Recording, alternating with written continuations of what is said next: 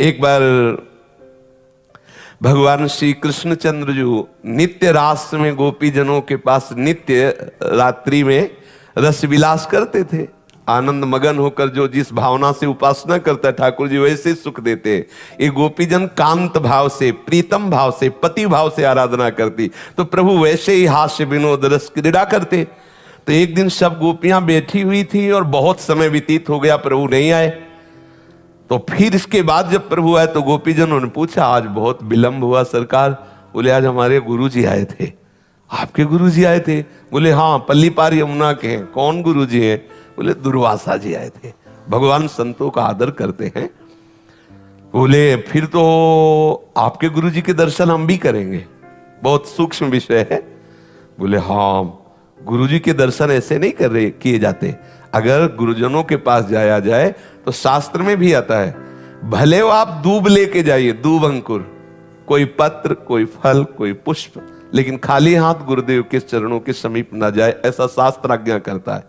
गोपीजनों ने कहा, पत्र पुष्प फल क्यों ले जाएंगे, हम तो बढ़िया ले जाएंगे, गुलाब जामुन, पुआ, खीर, पूड़ी, अभी हम सब मिलकर तैयार किए।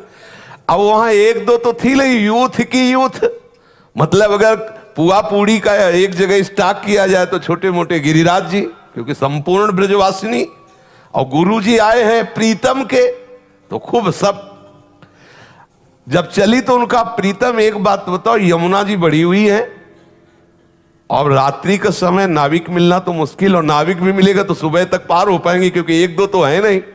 तो उनका यमुना जी से कहना, यदि श्री कृष्ण अखंड बाल ब्रह्मचारी हैं तो मार्ग दे दो। हंसी, क्योंकि सबको पता चला कि कैसे हास्य विनोद करते, कैसे अटखेलियां करते। गई यमुना जी से कहा कि यदि मेरे प्रीतम श्री कृष्ण अखंड बाल ब्रह्मचारी तो मार्ग दे दो। यमुना जी हट गई, पूरा थल की तरह जल एकदम हटकर सूख गया और निकल गए। आश्चर्य हुआ कि भगवान कैसी बात कर रहे हैं। दुर्वासा जी के पास गई, प्रणाम किया और कहा, महाराज ये भोग स्वीकार करो। बोले, आ डालो। अब वो मुंह बगाड़ दिए, सब डालते, सब इतना किनका भी नहीं बचाओ, सब पहाड़ के पहाड़ और सब पा गए। प्रणाम किया, बड़े आश्चर्य में महात्मा है, शरीर हड्डी हड्डी, पेट कहीं दिखाई नहीं दे रहा, चिपका हुआ, और मनो खीर पुआ सब पा गए। बोले, महाराज यमुना जी बाढ़ी हुई, लौट के जाने। बोले, आई कैसे थी? बोले, प्रभु ने कहा था कि अगर हम अखंड बाल ब्रह्मचारी हैं तो मार्ग दे दो। तो बोले, जाओ यमुना जी से कह दो कि दुर्वासा ने यदि दूब के अंकुर के सिवा अपनी जबान में कभी कुछ रखा ना हो तो मार्ग दे दो। गोपिका हंस पड़ी, बोले, मान गए गुरु चेला दोनों झूठे। वो कहते हैं अखंड बाल ब्रह्मचारी, अभी मनोपुआ खीर खा गए, और कह रहे दुर्वासा ने दूब का रस के सिवा और कभी कुछ आहार न किया हो तो मार्ग दे दे। गई, जाके यमुना जी से कहा कि अगर दुर्वासा जी ने कभी दुर्वांकुर के रस के सिवा कुछ जिह्वा में न रखा हो तो आप मार्ग। यमुना जी हट गए, आश्चर्यचकित हुई और जाके प्रभु से कहा कि प्रभु आपके गुरु जी के दर्शन किए तो एक प्रश्न खड़ा हो गया, जैसे गुरु वैसे ही चेला। तो प्रभु ने कहा, ऐसा क्या? अब बोले, बाहु प्रसार परिरम्य कराल को जो रास में वर्णन है, कौन सा ऐसा रस क्रीड़ा है जो आप ना खेलते हो? स्पर्श करना, आलिंगन, चुम्बन, परिरंभन आदि सब। फिर आप ब्रह्मचारी कैसे? ब्रह्मचर्य का तो बिल्कुल अलग स्वरूप होता है। और हमारे सामने पुआ पकौड़ा, खीर और सब रसमलाई सब पा गए, और कहते दुर्वांकुर के सिवा जिह्वा में कुछ न रखा हो। तब इसी बात को प्रभु ने बताया कि जो अहम शून्य महात्मा है, जिनका अहम पूर्ण रूप से लय हो चुका है परम तत्व में, उन्होंने नहीं पाया।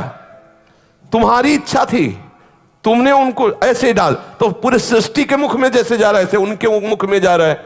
वो अहम भोक्ता बन के नहीं पा रहे, इसलिए उन्होंने नहीं पाया।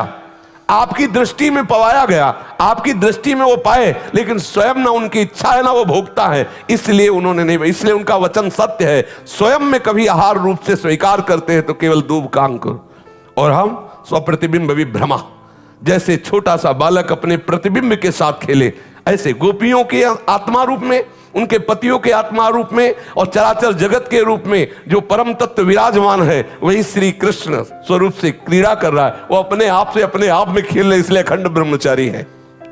स्वप्रतिबिंब विभ्रमा, जैसे छोटा सा बालक कांच के मंदिर में अपने ही प्रतिबिंब से खेलता है, ऐसे गोपी नाम च तत्पति नाम सर्वेशाम में उच्च।